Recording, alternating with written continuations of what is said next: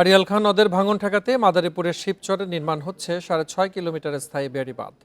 222 কোটি টাকা ব্যয়ে এই বাঁধ নির্মাণ প্রকল্পের কাজ শেষ হয়েছে প্রায় 80%।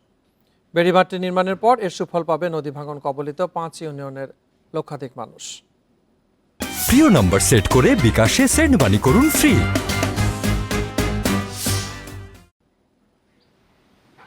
মাদারীপুরের শিরাল ইউনিয়নের ইদ্রিস হাওলাদার এ পর্যন্ত 4 বার ঘরবাড়ি ও জমি হারিয়েছেন আড়িয়াল খাঁর ভাঙনে। স্থায়ী বেড়িবাঁধ নির্মাণ হওয়ায় দীর্ঘদিন পর স্বস্তি ফিরেছে তার মনে।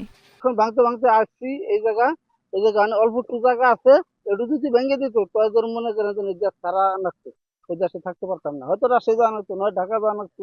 আড়িয়াল খাঁ নদের ভাঙনে গত 1 দশকে বিলীন হয়েছে অসংখ্য ঘরবাড়ি ও সরকারি বেসরকারি স্থাপনা। বসতভিটা আর জমি হারিয়ে নিঃস্ব হয়েছে শত শত পরিবার। স্থায়ী বেড়িবাঁধ নির্মাণের দাবি পূরণ হওয়ায় নতুন করে সবকিছু শুরু স্বপ্ন দেখছেন তারা। মনে করেন অনেকেই ভিটা বাড়ি হারা হয়েছে, বহুত। আমাদের বাড়িও আসলে এই জায়গা, আমাদের বাড়িও আমার বাপের বাড়ি। যখন এই নদী বাঁধ দেশে এখন আবার পাথর হালাইতেছে, আমরা এতে খুব ভালো আছি। আল্লাহ আমাকে বাঁচাই রাখছে, নইলে আমরা কোনোরকম থাকতে আসতাম না, বিলীন হয়ে যেতাম। বাংলাদেশ নৌবাহিনীর তত্ত্বাবধানে বেড়িবাঁধটি নির্মাণ করছে সরকারি মালিকানাধীন খুলনা শিপইয়ার্ড লিমিটেড। কাজের গুণগত মান বজায় রেখে প্রকল্পটি দ্রুত শেষ করার কথা জানালেন প্রতিষ্ঠানের প্রতিনিধি। গাইডওয়াল থেকে 37 মিটার ডাম্পিং জোন আছে। ডাম্পিং জোনের মধ্যে আপনার জিও ব্যাগ ডাম্পিং আছে, প্রথমত দিয়ে বেডটাকে সিল করে নেওয়া হয় যেন স্টোরিং করে বেড গভীরতা না বাড়ে। এরপরে ক্রমান্বয়ে ব্লক ডাম্পিং করে গাইডওয়াল করে স্লোপের কাজ করা হয়।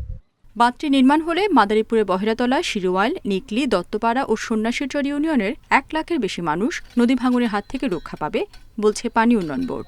মানুষজন এক পার থেকে আরেক পারে মুভ করতো আর কি, যে এই পাশে ভাঙলে ওই পাশে চলে যেত। এখন যেহেতু স্থায়ী প্রতিরক্ষা বাঁধ হয়ে গেছে আর কি, সেক্ষেত্রে মানুষজনের আর রিলোকেট করা লাগবে না এবং আশেপাশের যে সব সরকারি সম্পত্তি আছে, ব্যক্তি মালিকানাধীন সম্পত্তি আছে, এগুলো রক্ষা পাবে।